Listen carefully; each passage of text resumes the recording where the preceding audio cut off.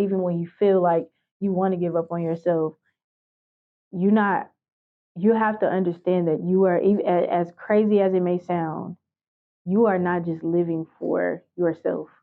That bingo.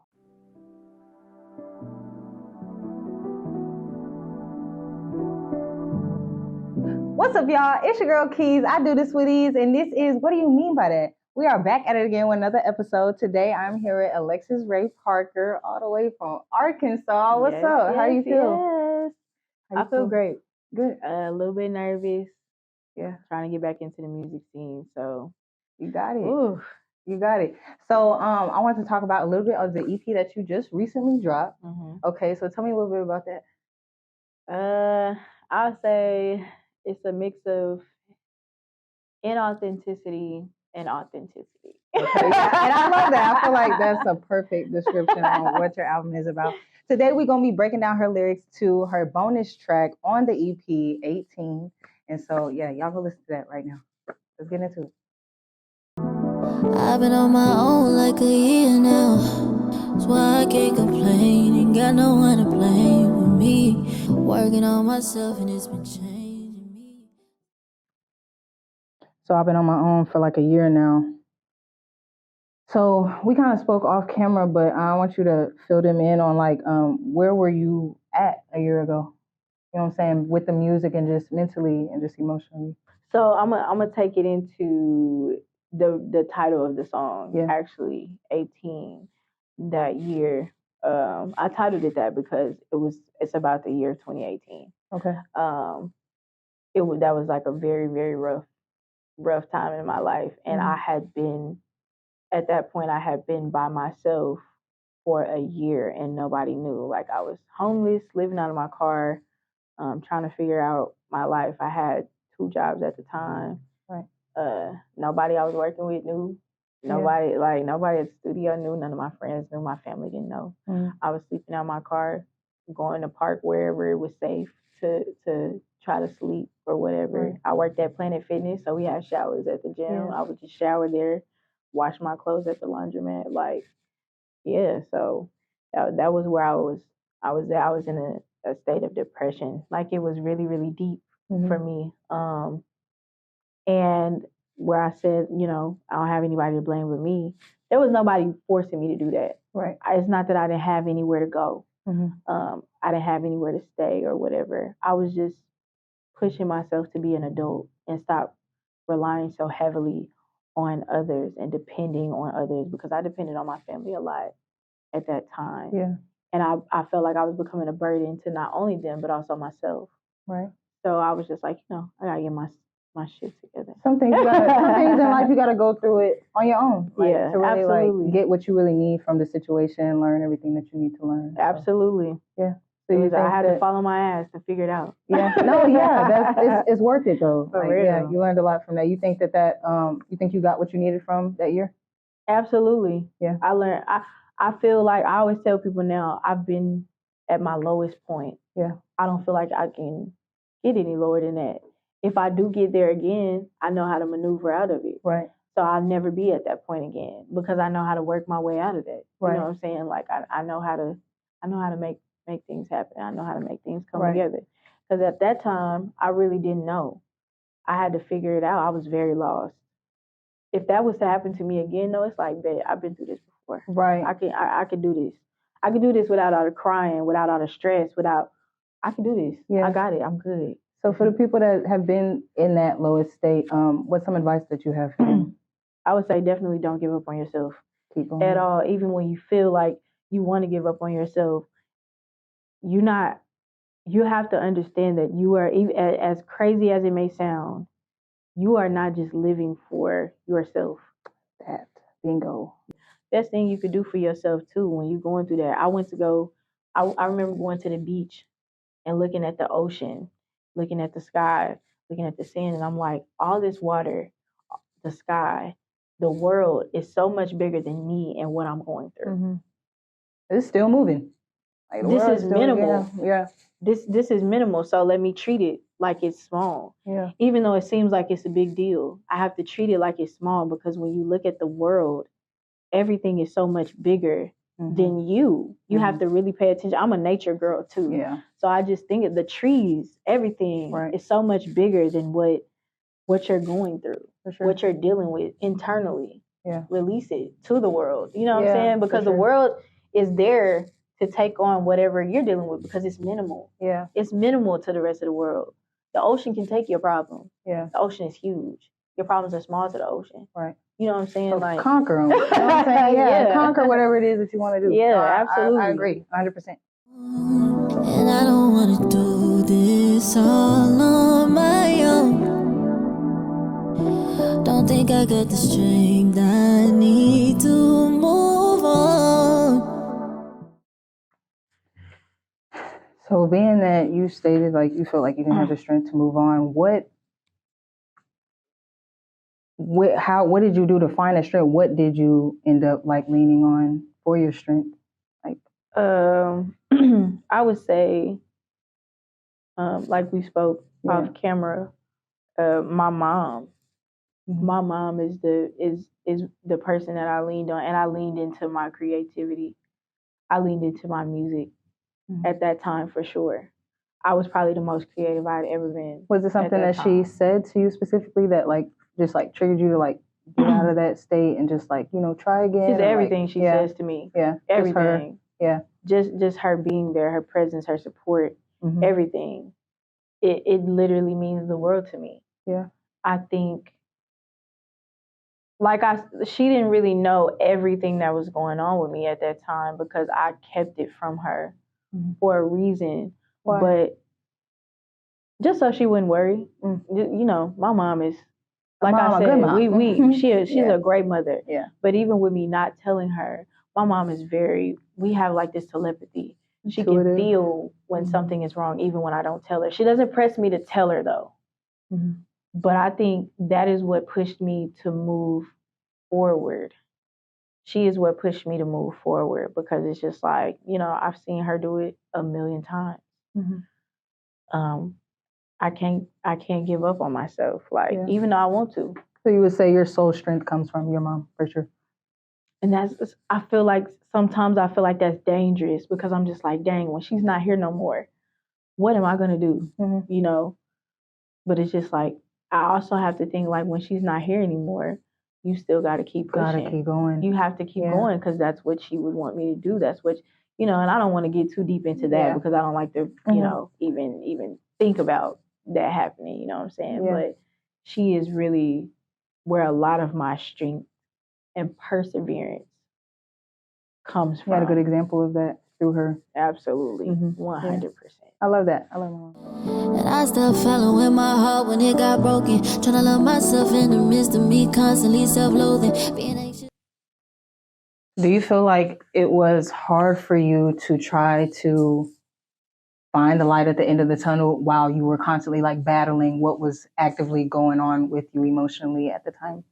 Yeah, it was very, very hard to find the light at the end of the tunnel.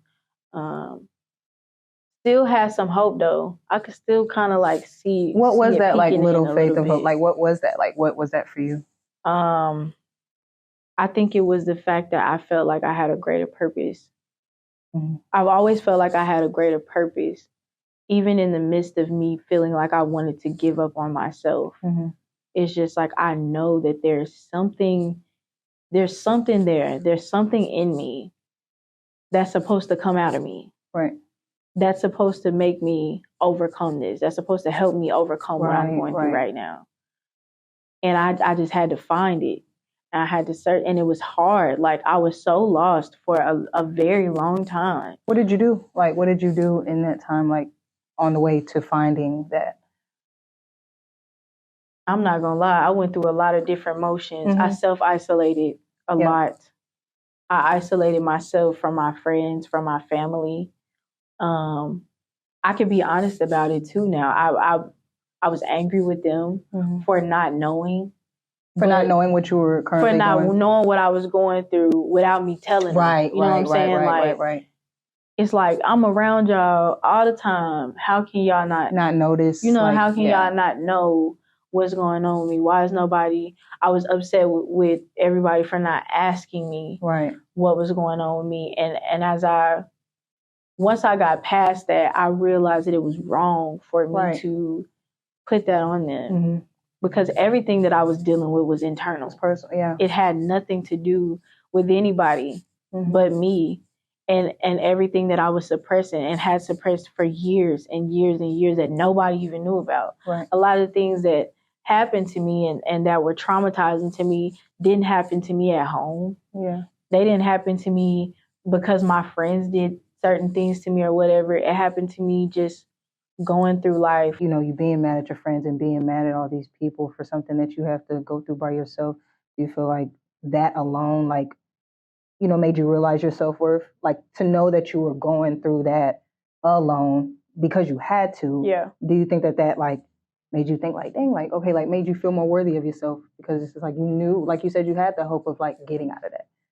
I think I started to feel, I started to I ain't gonna say feel, I started to tell myself that I was more worthy before I felt like it. That's fair. That's real. Yeah. You could say it's lying to myself, living in a state of delusion, manifestation. I don't know. It could be any one of those.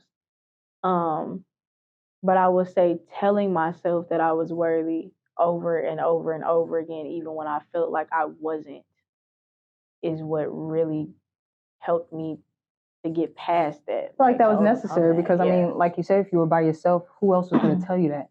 So, like, you had to tell yourself that for you to really believe. It didn't matter who else it came from either. It had to, My mom could tell me till she was blue in the face. My friends could tell me, anybody. It didn't matter. Yeah. If I didn't feel that way about myself, what anybody else has to say does not matter. Facts. Because you live outside and inside of you. Yes. So you got to be able to deal with everything that's going on with you. You know what I'm saying? Internally, like internally, externally. You got to be able to stand on 10 for yourself. You got to be able to tell yourself, if I can't tell myself, if I don't love myself, it doesn't matter who loves me. Yeah.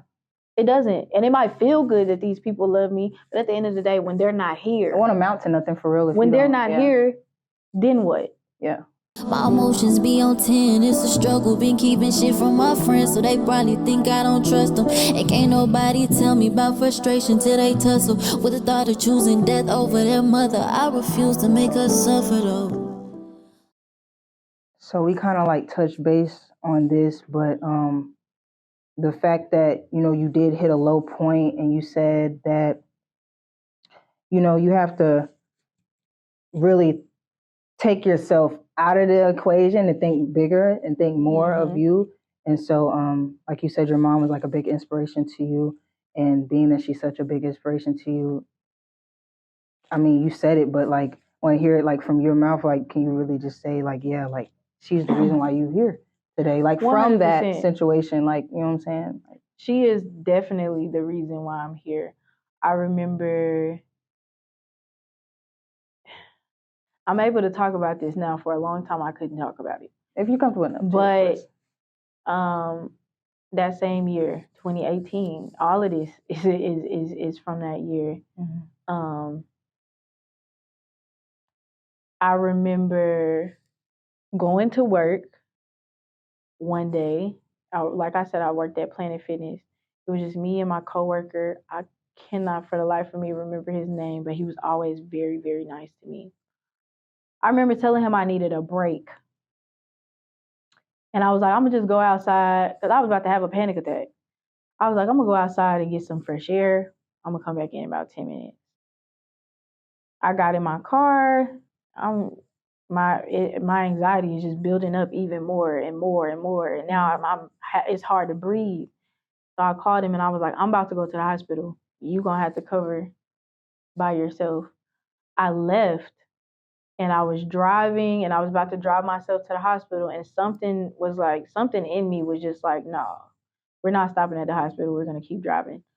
So I drove downtown Little Rock, Arkansas. And I went to where the bridge is at, the main bridge is at out there. And I remember walking up to that bridge and I was about to jump off of it. And there was a lady out there, and she was just like, please don't do this. I had turned my phone off. Wow. Nobody could reach me. It just so happened that like my family be so concerned about me. Mm-hmm. My coworker actually called somebody that was on my emergency contact list. Oh, wow. And he let them know like that I had God bless left. him. Yeah. Yeah. God bless him. Yeah. I don't know where he's at or what Right. he's doing, but he is an angel. Yeah. Literally. For real, he was. Yeah. I think he called my brother. My brother got in contact with my mom. And that I remember my mom is a paramedic. Wow. So Wow. I'm down Wow. there. People that work for my mother, with and Yeah. for my mother, come down to the bridge to come get me. There's a helicopter flying over the bridge. Wow. Looking for me. Just so happened that my aunt and uncle were out there. They were just walking out there in downtown Little Rock in that area. Wow. They came up to the ambulance. Once I got to the ambulance, they came up to talk to me, and they were like, it's just crazy how we were down here. And it was crazy because my Uncle Craig is actually a pastor. And before I got to the bridge, I thought about, okay, I done passed the hospital. I can go to my Uncle Craig's house and just talk to him and just try to get some words from him. Yeah. And I still kept driving. Wow. The fact that he was there, him and my Aunt Rochelle were just out there. And I actually saw them and got to talk to them before I went to the hospital was just crazy to me because it was just like, okay, everything is I can see it right now. I can see myself. I can see what I'm supposed to be doing. I can see who I'm supposed to be talking to. I can see that it's not my time to go. Yeah, the support is lined up. That support is sure. is right here in my face. For sure. My mom got there. She was at the hospital waiting for me when I got there.